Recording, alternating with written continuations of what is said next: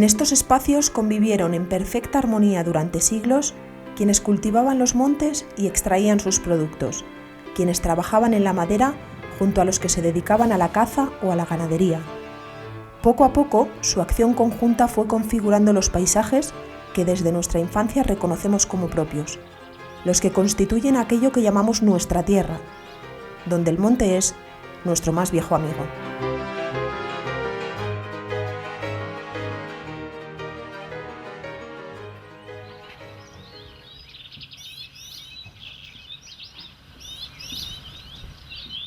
Herrera de Soria es una pequeña población de esta provincia. Su censo lo integran apenas 2 docenas de habitantes. Como en tantos pueblos castellanos, la paz y la calma son aquí habituales a lo largo de todo el año. Pero hoy, Herrera ve alterada su tranquilidad por una animada presencia de visitantes. Todas estas personas se han reunido aquí para recordar un hecho trascendental de su historia reciente: la recuperación de la propiedad de unos montes en Proindiviso durante muchos años abandonados por sus dueños.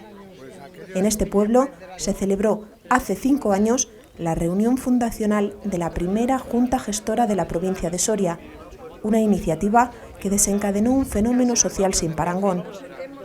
A través de este documental conoceremos el largo camino que ha contribuido a devolver la propiedad de estos montes a sus verdaderos dueños.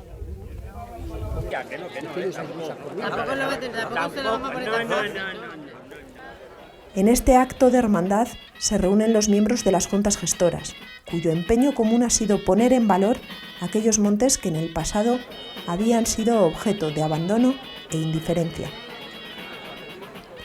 Con dueños, amigos, colaboradores y personalidades se reúnen hoy en una animada comida de celebración que para muchos será pródiga en recuerdos y emociones.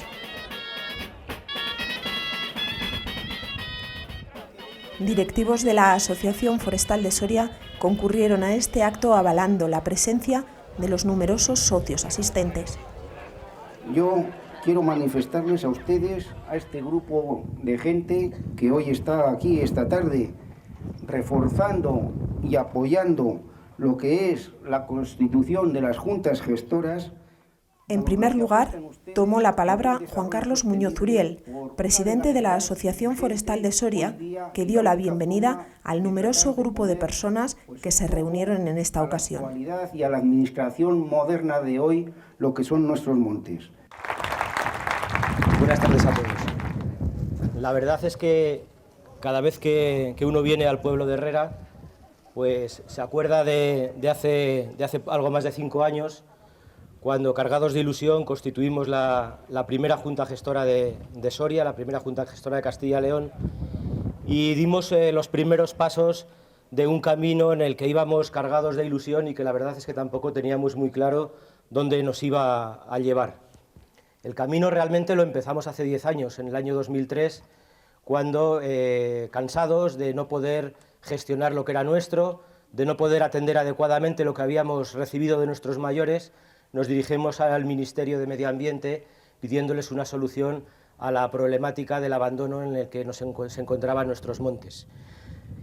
El Ministerio, como sabéis todos, lo recibió favorablemente y ahí nació la disposición adicional 10ª que nos abrió la luz a los montes de Asturias y a los montes de Soria. Hoy estáis aquí personas de diferentes puntos del país, de Asturias, de Guadalajara, de Zaragoza, de Segovia, de Ávila, de muchos pueblos de Soria, todos unidos un poco por esa causa común. Yo creo que hoy, si nuestros antepasados nos viesen aquí con estas ganas y con esta ilusión por mantener estas tierras, yo creo que se sentirían plenamente satisfechos.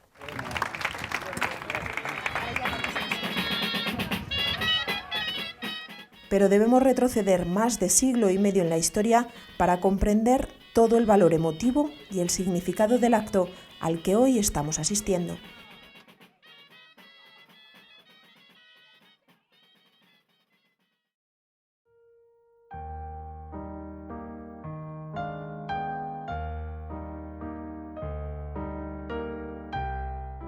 A mediados del siglo XIX, la economía soriana se sustentaba fundamentalmente de la explotación de los recursos agrícolas, forestales y ganaderos.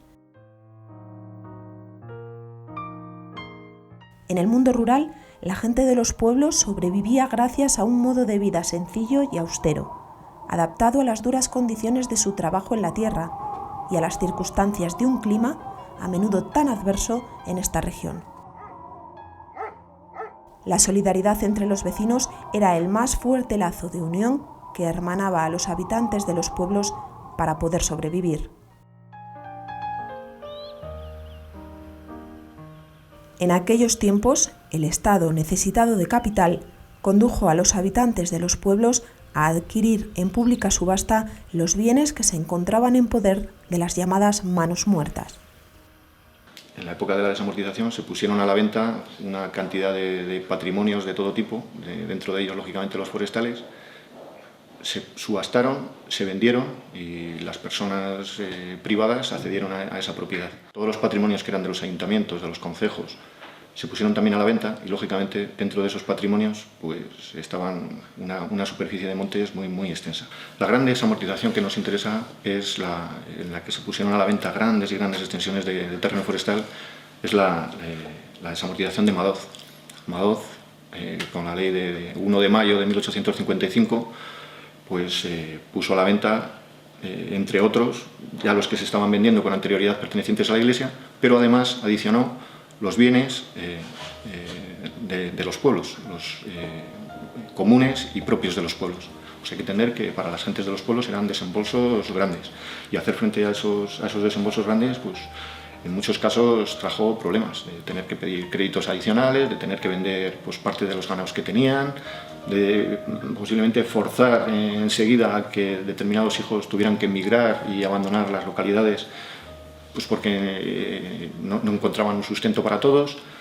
Era práctica común el juntarse varios vecinos, varias personas que tenían una misma necesidad de ganados, de leña, de la caza, bueno, vivían del monte, pues se juntaban y entre todos ponían en la medida de las posibilidades de cada uno el dinero que podían y entre varios, entre muchos, compraban pues los patrimonios que hasta entonces habían estado utilizando casi de forma gratuita y libre.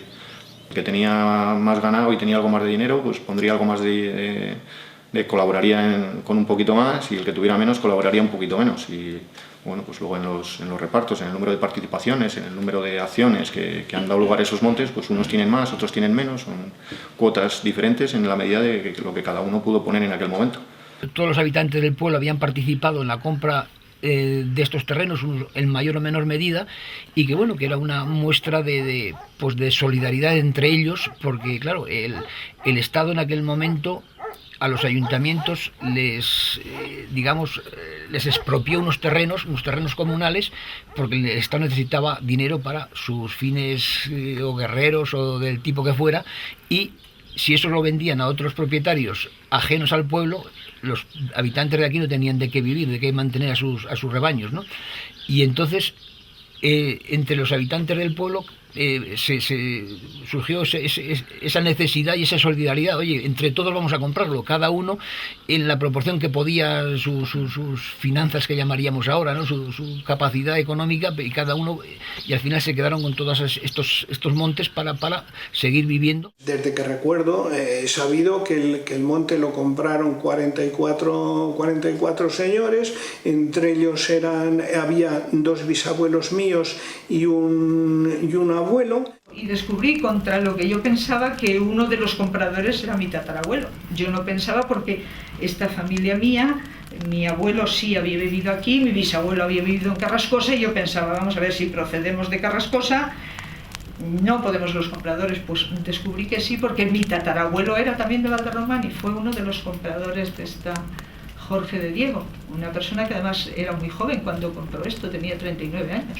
En mi caso concreto, por poner un ejemplo, he averiguado que el más joven de los compradores, que tenía 28 años, es decir, había nacido en 1850, se llamaba Victorino Valle y era mi tatarabuelo.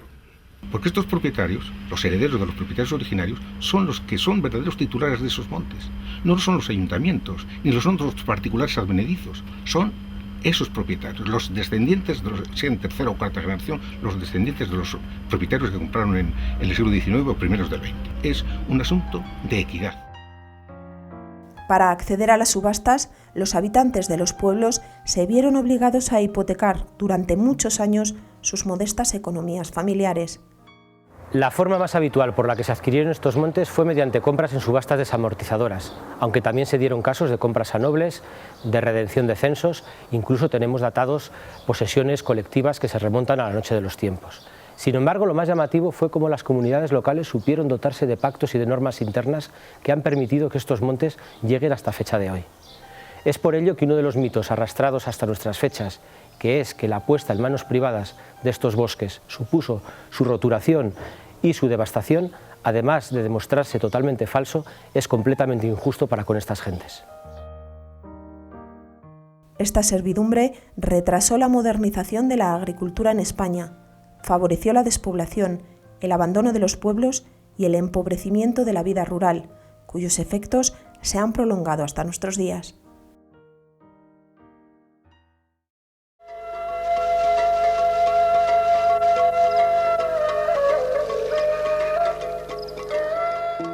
Los primeros compradores ya vieron la necesidad de asociarse en defensa de sus intereses.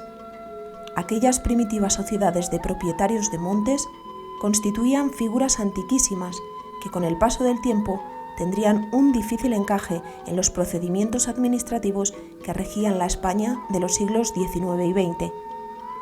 Sin embargo, significaron un antecedente muy importante de lo que años más tarde serían las asociaciones actuales que conocemos con el nombre de juntas gestoras. Una organización evidentemente había, porque nosotros, alguno de ellos te lo puede comentar, sabemos que existían unos estatutos que reglaban, pero muy concretamente, las actividades del monte. Se especificaba la titularidad de la suerte. Si no me equivoco, solo podía tenerse una suerte por persona. Una suerte, sí. Las suertes eran todo de gente del pueblo. Estaba regulado los pastos, estaba regulado el corte de leña. Dentro de la finca hay unos enclavados, o sea, unas fincas particulares que no pertenecen al proindiviso general, y hasta ahí estaba regulado. Llegas a un pueblo y dicen, ese es el monte de la sociedad tal, de la sociedad de baldíos, o de la asociación del común de tal, los quintos de tal nombre. Normalmente lo que están escondiendo es a esa denominación de sociedad, de asociación, de determinadas calificaciones. Realmente es un monte de socios. Te pones a investigar sobre ese caso concreto, sobre los quintos de tal, sobre los baldíos de más allá. Y vamos, te vas viendo que una vez sí y otra vez también y otra vez también, al final encuentras documentación que te hace darte cuenta de que realmente es un monte de socios que fue comprado por varias personas a la vez. Remontándome a mi infancia, que me crié en este pueblo, nací y fui a la escuela aquí, en la escuela unitaria, yo tenía conocimiento de que existía una sociedad de baldíos, porque lo oía, porque oía a los mayores que hablaban del monte, que repartían las leñas, que llevaban el ganado, y concretamente, como ha dicho mi padre, pues las cabras, las ovejas, las vacas y los mulos, que eran los animales que se soltaban en diferentes épocas del año a aprovechar los pastos del monte. En este arcón se guarda como oro en paño el libro de actas de la primitiva Asociación de Propietarios de Valdemaluque, transmitido de padres a hijos, generación tras generación. Este es el libro de actas que contiene documentos de las partes del baldío más las escrituras, que se tiene de todo el término del baldío. Bueno, aquí, como ha dicho mi padre, tenemos como documento más importante un libro de actas en las que se recogían los acuerdos que tomaba la sociedad de baldíos, que aunque no era, como hemos explicado anteriormente, una junta legalmente establecida, sí que funcionaba como tal. Como curiosidad, podríamos leer uno de los acuerdos que se adoptó en este acta. La sociedad determinará el tiempo para la corta y la limpia de dicho monte, que deberá hacerse anualmente, y no permitirá que ningún socio entre en el monte sin previo acuerdo de la misma, así en el aprovechamiento de leñas como en el de pastos. Como ven, pues aquí se recogían acuerdos que, a efectos de funcionamiento, como dice al final del acta, eran de obligado cumplimiento.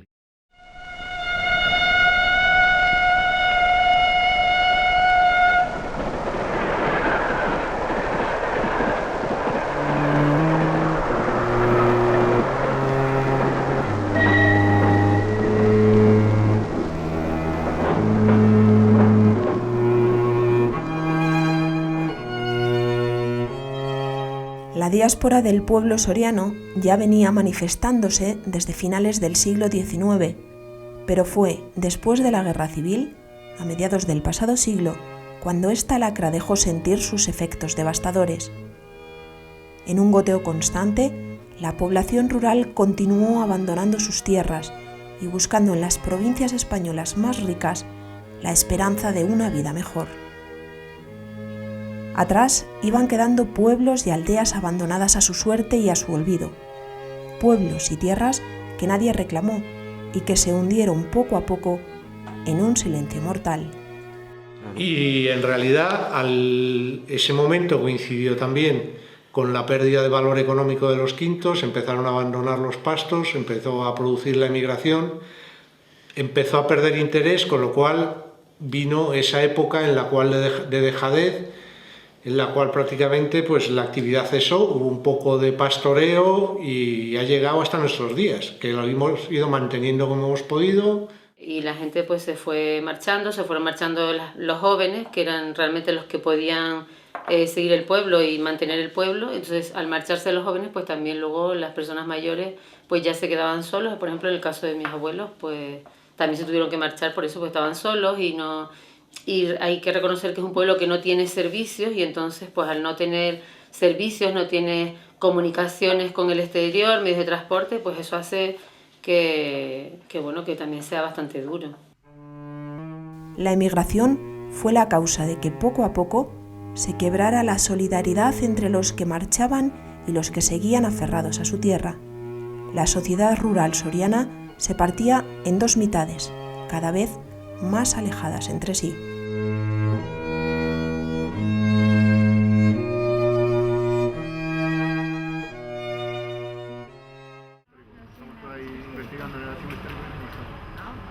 Si queremos investigar sobre los montes y queremos ver si somos propietarios o no los propietarios, tenemos que recurrir necesariamente como punto de partida a ver si ese monte se encuentra inscrito en el registro de la propiedad y con qué carácter, con qué titulares, desde qué fecha. La primera inscripción suele ser a nombre del Estado como ente vendedor y ya es la segunda inscripción en la que aparecen los primeros compradores de esa finca. Uno de los problemas que hemos detectado con harta frecuencia es que no aparecen asientos posteriores de transmisión. Para transmisiones posteriores, lógicamente, tenemos que recurrir a archivos pues, de carácter más local. Se custodian en determinados ayuntamientos o a nivel de las propias sociedades que se conformaron, que mantienen un montón de documentos reunidos, o a nivel de las propias familias que, por la razón que fuera, pues una persona que se hizo cargo o que tiraba del carro de un determinado monte o que era el administrador de un determinado monte en una determinada época, esos documentos los custodiaba él y han podido permanecer en su archivo personal, llamémoslo así. Con lo cual, pues las fuentes de investigación de qué es lo que ha sucedido con ese monte pues son diversas y no generalizables. Casi hay que ir monte por monte desechando opciones y buscando pues, en todos los archivos que se nos ocurren. En la Asociación Forestal de Soria llevamos más de una década trabajando por sacar a la luz todo lo relativo a los montes de socios de la provincia. Hemos apostado por la investigación y ese esfuerzo nos ha permitido constatar que se trata de un asunto de importante magnitud. A lo largo de estos años hemos recopilado 1.800 expedientes de desamortización, más de 1.500 protocolos notariales y más de 500 boletines de ventas. En definitiva, hemos constatado que en la provincia de Soria la superficie ocupada por los montes de socios ronda las 180.000 hectáreas, o lo que es lo mismo, una superficie próxima a toda la provincia de Guipúzcoa. Toda esta información fue poco a poco sacando a la luz a los sucesivos propietarios de los montes. Obtenidos los datos hasta hoy, el paso siguiente será la confección de un verdadero árbol genealógico desde los primeros propietarios hasta nuestros días.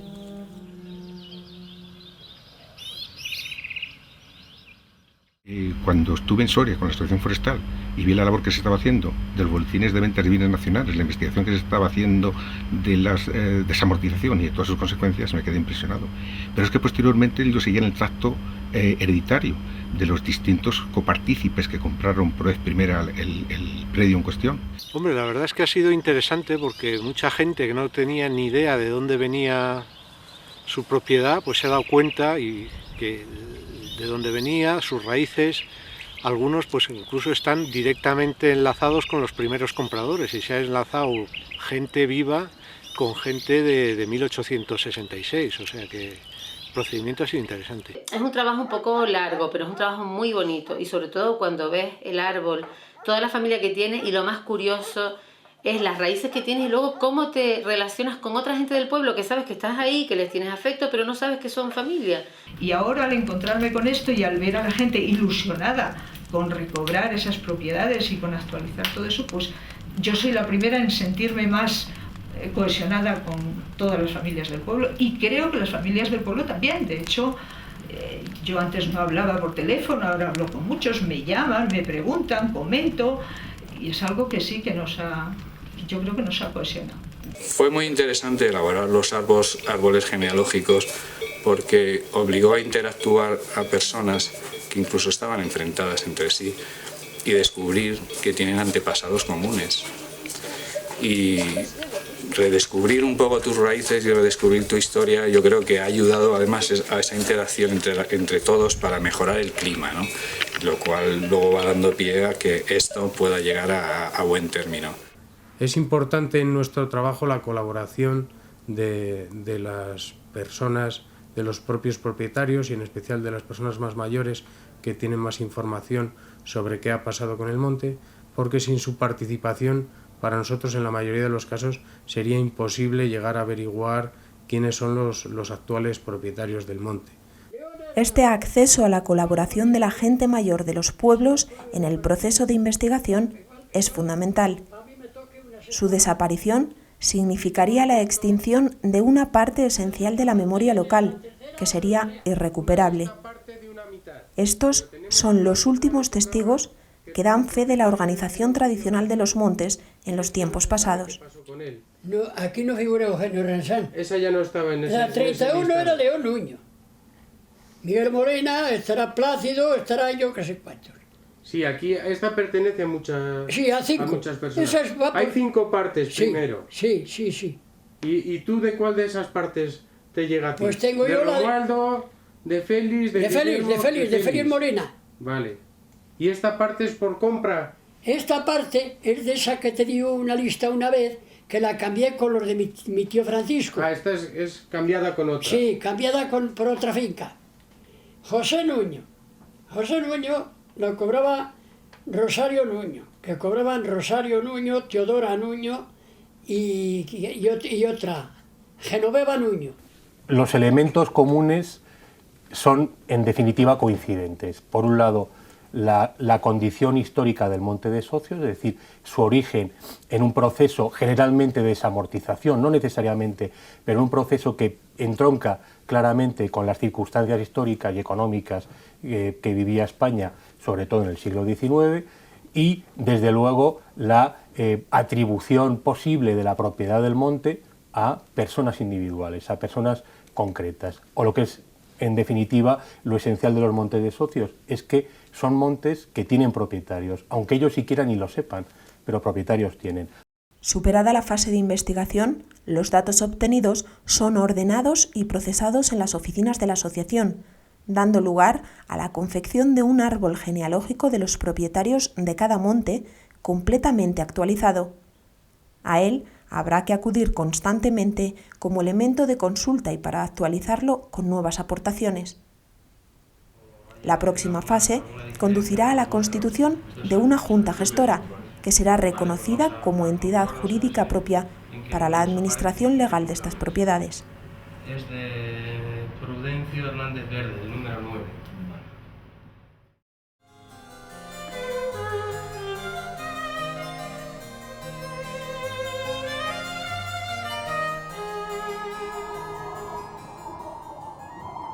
El invierno es duro y largo en toda la provincia soriana.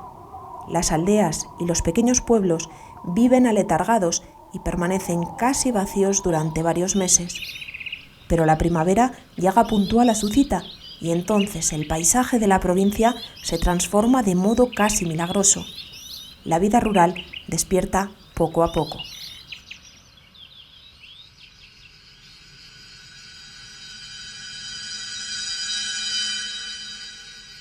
Y tras la primavera llega el verano, que en Soria tiene un carácter especialmente festivo. Los pueblos acogen durante unos días a sus hijos procedentes de la diáspora. Las fiestas populares y las devociones ancestrales reúnen de nuevo a las familias en la cita anual de vacaciones. La presencia de los hijos del pueblo convierten esta época del año en el tiempo más apropiado para convocar a los propietarios de montes con el fin de constituir las juntas gestoras.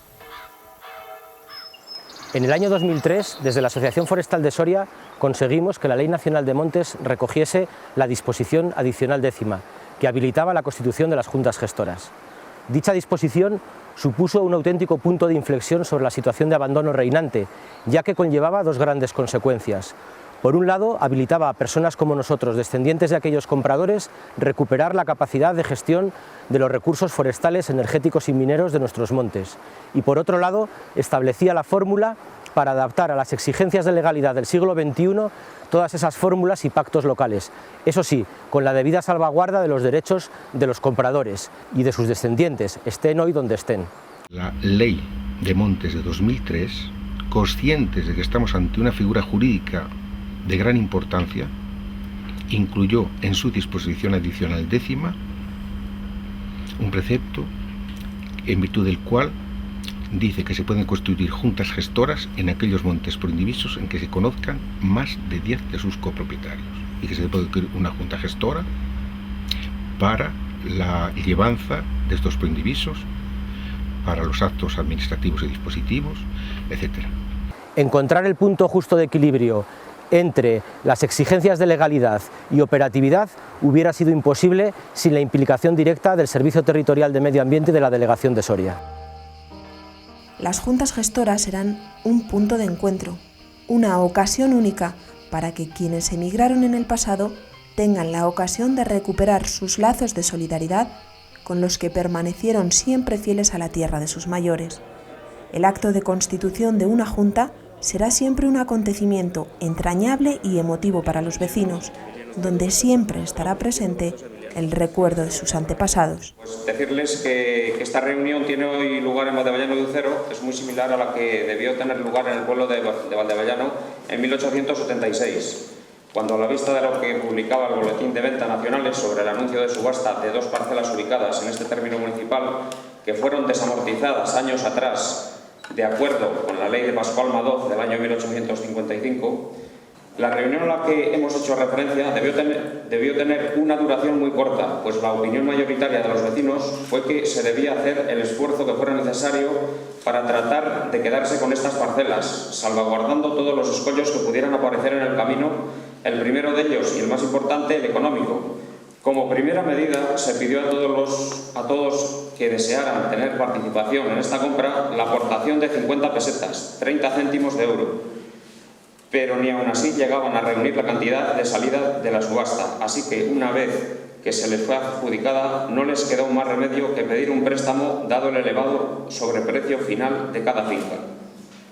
Darles la enhorabuena por haber conseguido ustedes llegar a este punto, con las dificultades que ello lleva, pero no es fácil y ustedes, a través del esfuerzo, de la unión, de lo que hicieron en otros tiempos sus antepasados, lo han conseguido. Por lo tanto, mi enhorabuena y felicidades por llegar a este punto.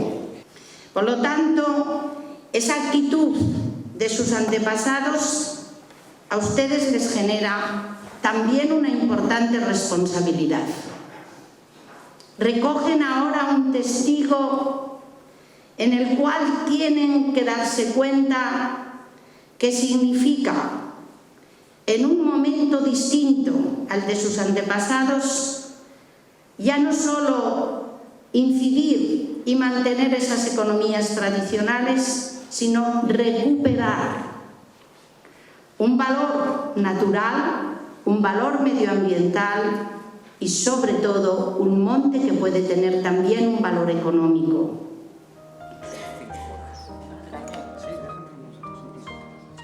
El acto, a pesar de su modestia, se reviste de una sobria solemnidad.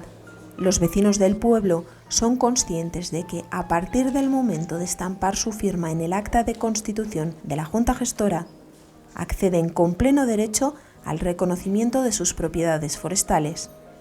Detrás de cada uno de estos firmantes hay una larga historia de recuerdos familiares, tristes algunos, alegres otros, pero siempre entrañables, vinculados al devenir del pueblo y de sus gentes a lo largo de siglo y medio.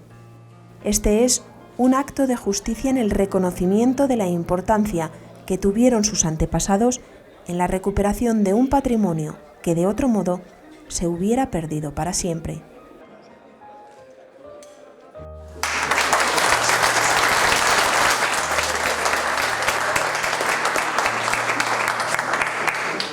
Este es un hecho histórico, lo veremos posiblemente dentro de muchos años, quizás cuando no estemos aquí nosotros.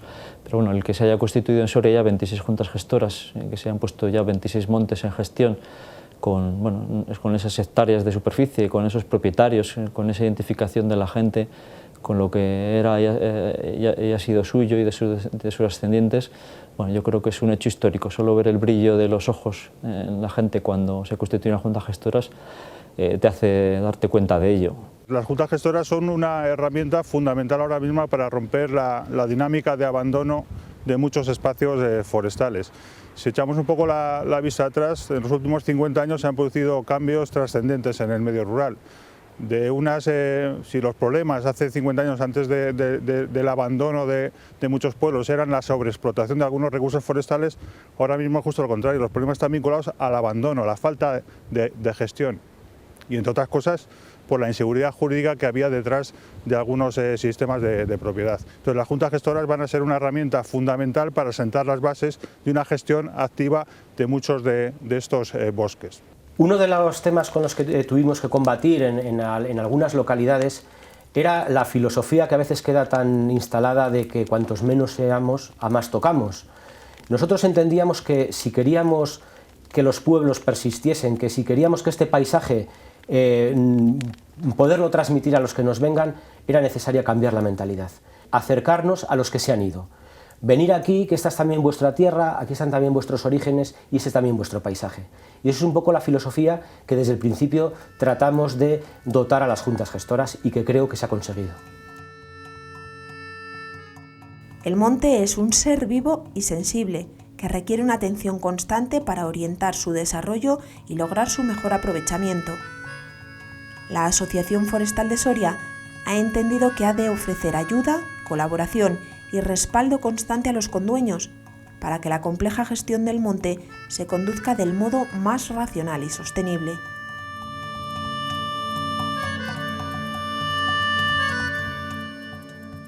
Esta atención se facilita de varios modos. Uno de los más importantes es el continuo apoyo a las juntas gestoras y al funcionamiento de cada una de ellas. Las juntas celebran sus sesiones con plena autonomía, donde además de abrir las puertas a nuevos socios, se aportan ideas y se toman decisiones que son consensuadas por la comunidad de propietarios. Las nuevas tecnologías facilitan una comunicación instantánea entre vecinos y ausentes, lo que les permite interactuar en cualquier momento en este proyecto común, obligándoles a unos y a otros a recuperar aquella antigua solidaridad que parecía ya desterrada de estas tierras. Vale, pues os explico. Como dice Marisa, hace 2 años se constituyó la Junta Gestora. Inicialmente se constituyó con 6 personas que actuaron en representación de todos los propietarios y en estos 2 años lo que hemos venido trabajando es en actualizar los coeficientes de participación y quiénes son todos esos propietarios con el fin de llegar al día de hoy y que todas las personas, los propietarios que lo desearan, pues se incorporaran a esa Junta Gestora. Belén Antolín Soria, María Ascensión Aparicio Verde, María Belén... Todos los actos de administración, gestión y disfrute del monte y de sus aprovechamientos estarán desde ahora plenamente respaldados por la ley. La Junta de Socios tiene la facultad de poder intervenir con pleno derecho en las relaciones con el Estado, con las administraciones públicas o con las empresas privadas. Margarita Barranco Ibáñez, Mercedes Barranco Ibáñez, Sergio Barranco Ibardio, Juan Antonio Bello Esteban, Santiago Bello Esteban.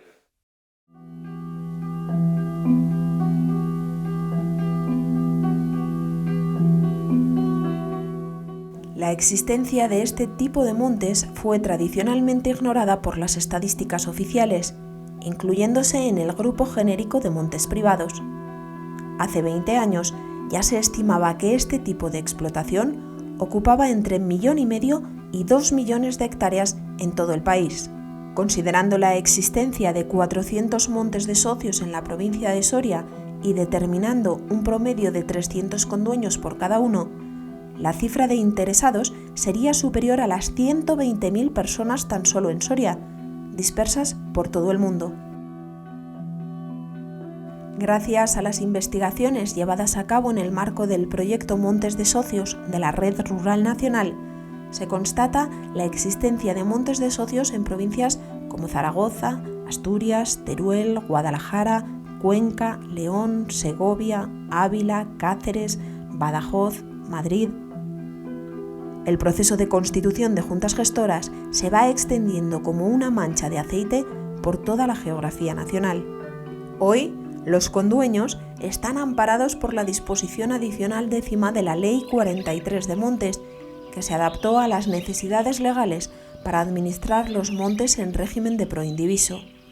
Pero es preciso dar un paso adelante hasta disponer de una nueva ley específica exclusiva para este tipo de propiedad. Para mí tendría que ser una ley a nivel nacional, con independencia de que en esa ley a nivel nacional se respetaran las posibles peculiaridades de cada región o de cada comunidad autónoma o incluso de cada comarca. Pero desde luego, siendo el problema nacional, teniendo una dimensión nacional, la solución tiene que ser por ley nacional. Cualquier otra cosa podría dar lugar a soluciones distintas que yo creo que no serían buenas. Estamos hablando de montes. Un monte en realidad abandonado es un monte que no solamente se está desperdiciando en su riqueza, sino que además es un monte que tiene mucha más posibilidad de incendios, precisamente por el estado de abandono. Eso desde un punto de vista económico.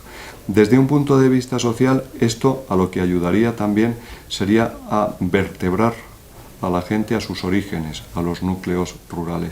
Y después hay un problema político. En una España que está en la Unión Europea, no se puede permitir que haya más de 2 millones de hectáreas, más de un 5% de toda la superficie nacional sin titular y en estado de abandono. Recuperar los montes significa revitalizar los pueblos a los que pertenecen e insuflar orgullo a sus habitantes, acercando a los vecinos y a los ausentes a su pasado histórico. Si esa llama se mantiene viva, lo que se heredó del pasado perdurará, no solo en pueblos y paisajes, sino que conservará la memoria de nuestros antepasados y la propia existencia de cada comunidad local. Es una forma diferente de entender el mundo de hoy, retomando experiencias de nuestro propio pasado.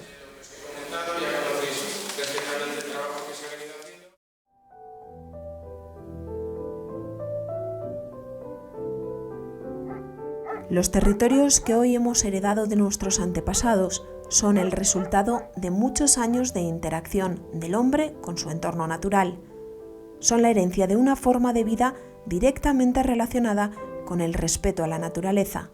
Las juntas gestoras no son un fin en sí mismas, son el punto de partida para empezar a trabajar, para definir un proyecto en el que toda la comunidad se sienta implicada y que recupere la capacidad productiva de nuestros montes y de nuestros pueblos. El abandono ocasiona el deterioro progresivo de estos ecosistemas, hasta extremos en que su recuperación es un asunto de urgente necesidad.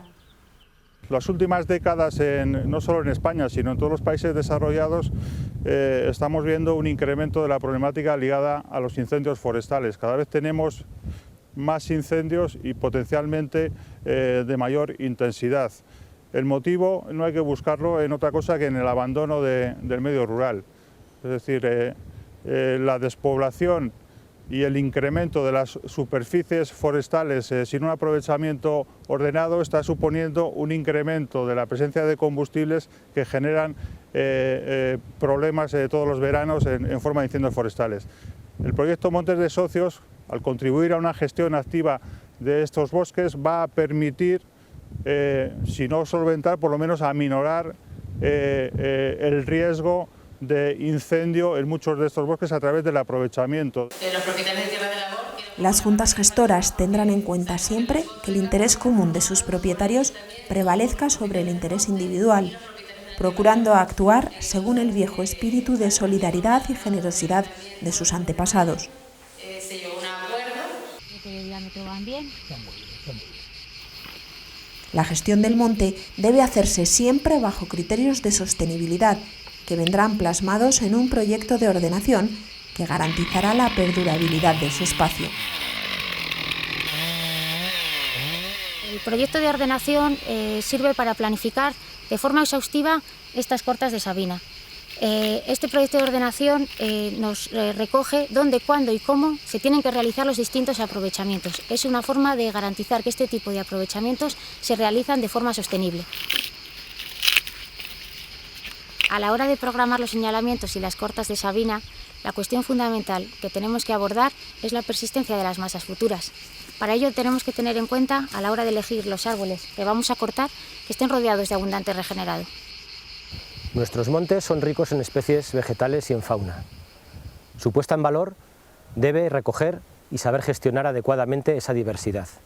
Es precisamente esta multifuncionalidad de nuestros bosques la que durante tantos años vertebró a las comunidades locales, abasteciéndola de todo tipo de recursos y permitiendo que conviviesen los que cuidaban los campos con los que hacían la leña, los que cortaban la madera con los ganados, de la caza con las setas y con las trufas. Así era. Por eso consideramos que nuestro reto es saber recoger esa tradición y ese saber hacer y combinarlo con las oportunidades que nos ofrecen los tiempos actuales.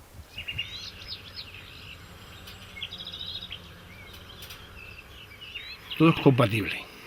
Pastos, madera, hongos, micología, todo es compatible y haciéndolo bien. Haciéndolo bien. Porque no se puede decir vamos a regularlo solamente para coger hongos y que el ganado no pueda entrar. O vamos a dejarlo para los hongos y que la madera no se pueda cortar.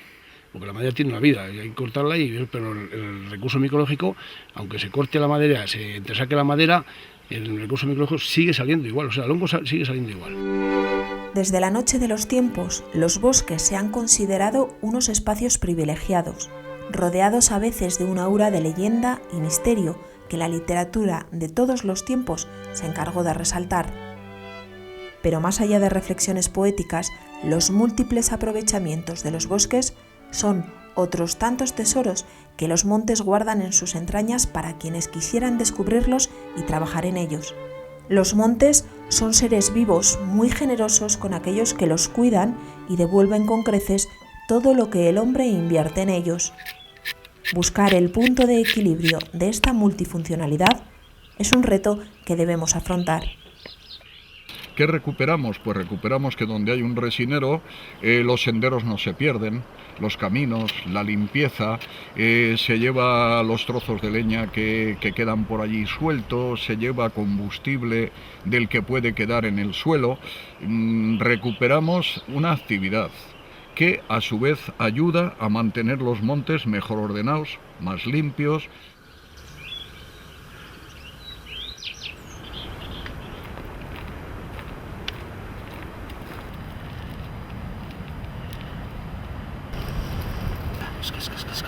Busca. Muy bien, muy bien. Toma, muy bien.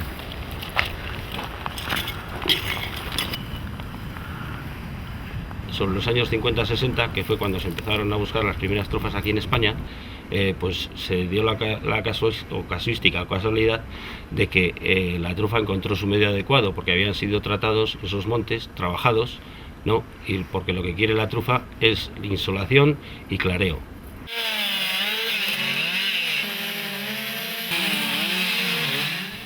Estos trabajos tienen una doble finalidad, una finalidad preventiva en el tema de incendios, pues porque también se elimina el matorral y así lo que hacemos es eliminar un poco la continuidad horizontal de estratos, ¿vale? Y luego pues el mejorar las características silvícolas de la masa con lo que es la poda.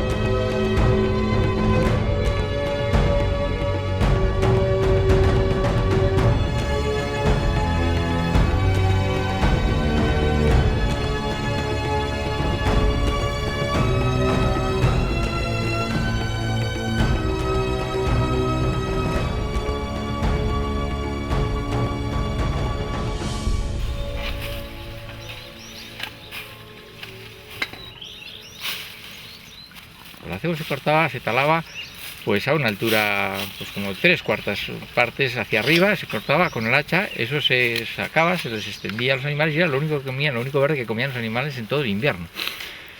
Nuestros padres, nuestros abuelos, pues todavía tenían más y estaba mucho más cuidado y mucho más valorado. Esos palos que quedaban, los animales se comían la hoja y se comían el cuco, pero los palos que quedaban, lo que llamaban los ruizos, eso se recogían después y era lo que se empleaba aquí para cocer pan en el horno. La leña que se utilizaba eran esos ruizos, con eso se calentaba el horno y ahí se cocía el pan. Los acebos tienen su importancia económica, que sí, que vamos a intentar abrir un camino para la explotación. A ver si conseguimos que las mujeres se impliquen un poco y empiecen a hacer centros elaborados y estas cosas, a ver si por eso. Pero fundamentalmente, si sacamos algún dinero, la idea que tenemos es para invertirlo en la limpieza precisamente del monte, porque el monte está muy abandonado.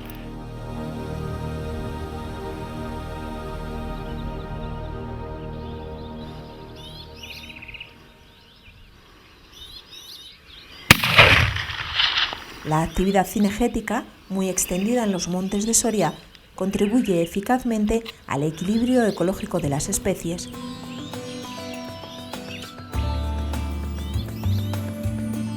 Una gestión activa aplicada de modo tradicional ha propiciado el desarrollo de la ganadería en las zonas bajas de los montes, recuperando los paisajes que caracterizaron desde antiguo la fisonomía de esta provincia.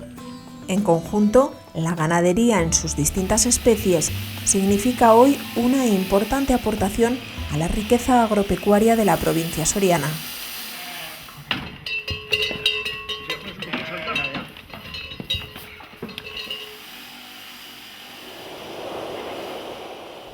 Pero también los tiempos actuales nos descubren nuevos aprovechamientos hasta hace poco insospechados y que demandan a los actuales propietarios una apuesta al día y una voluntad de avanzar hacia el futuro. Los beneficios obtenidos de los aprovechamientos se destinan a reinvertirlos en el mejoramiento de los montes y de los pueblos. Es tarea urgente borrar la huella de tantos años de abandono y olvido. Prácticamente todo lo que se ha hecho en el pueblo ha sido subvencionado con el dinero del monte. Yo lo primero que recuerdo es cuando se trajo la luz eléctrica al pueblo, se vendieron prácticamente todas las sabinas de lo que salió para traer la luz al pueblo. Con posterioridad se hizo la carretera, después se trajo el agua corriente al pueblo, se hicieron las escuelas, se ha hecho el alumbrado, este edificio que tenemos para mí tan bonito, ¿no? Que fue la recuperación del ayuntamiento. Pero vamos, la idea es invertirlo, no repartirlo porque eso no soluciona nada, sino invertirlo pues en eso, en limpiar esos robles que tenemos preciosos, en limpiar los acebos, en fin, en tener un monte, pues como ha estado siempre, un monte precioso en condiciones. Creo que basta que nuestros antepasados se gastaron el dinero para volver a comprar algo que no era de ellos, pero lo utilizaban. Pues nosotros creo que debemos de invertirlo en el pueblo. Y creo que pues una idea mía sería recuperar prácticamente pues todas las casas, que no se cayeran.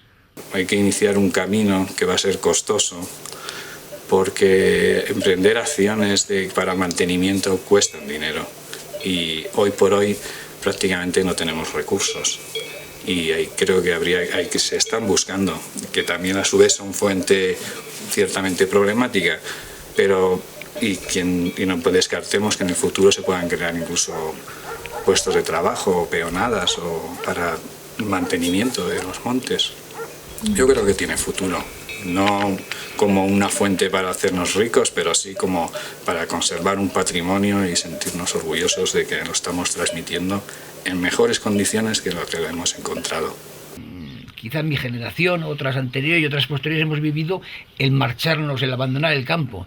Yo creo que ahora, quizá también por los momentos de crisis que vivimos, creo que está surgiendo un poco la tendencia contraria, ¿no? Decir, oiga, uno que no tiene trabajo en la ciudad, ¿qué hace en la ciudad? Entonces creo que cualquier joven que hoy en día se venga a un pueblo a vivir, creo que con muchas menos necesidades podría perfectamente vivir y buscarse la vida.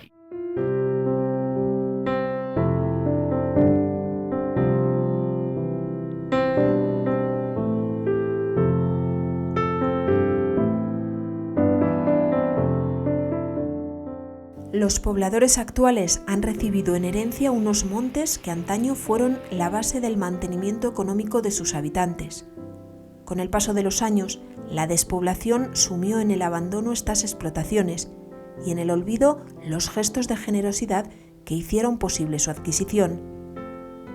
La Asociación Forestal de Soria, a través del proyecto Montes de Socios, está trabajando firmemente para recuperar no solo la propiedad de esos montes, sino también para trasladar a nuestra época el noble espíritu comunitario de sus antiguos habitantes. El éxito de las juntas gestoras no obedece a otra razón más que al sentimiento de permanente inconformismo que anima a cuantos consocios participan en sus actividades y al encomiable amor a la tierra que mueve sus corazones. Las juntas van ganando también un lugar en las conciencias de quienes antaño se vieron forzados a alejarse de su tierra. Todo ello ayuda a crear un nuevo espíritu y una mentalidad más abierta en nuestros pueblos, que contribuirá a garantizar la pervivencia futura de las comunidades locales y del paisaje tradicional, más allá de lo meramente contemplativo y estético. No tan rápido. No tan rápido. Que me engancha. No tan rápido. A fin de cuentas, de lo que se trata es que nuestros pueblos no desaparezcan, que siga viva la llama de la comunidad y que no se pierda lo que con tanto esfuerzo consiguieron crear nuestros antepasados. Que nuestros hijos quieran y puedan seguir viviendo aquí, que sigan sintiendo estos paisajes como suyos y que el monte siga siendo un pilar fundamental de su existencia. Y con plena convicción decimos que los Montes de Socios pueden jugar un papel fundamental para nuestros pueblos, que tienen la capacidad para proporcionarles actividad y vida, que es posible un modelo de desarrollo que se base en poner en valor lo natural, en el que siempre tendrá un lugar el que quiera reintegrarse con esta tierra. El retorno es posible.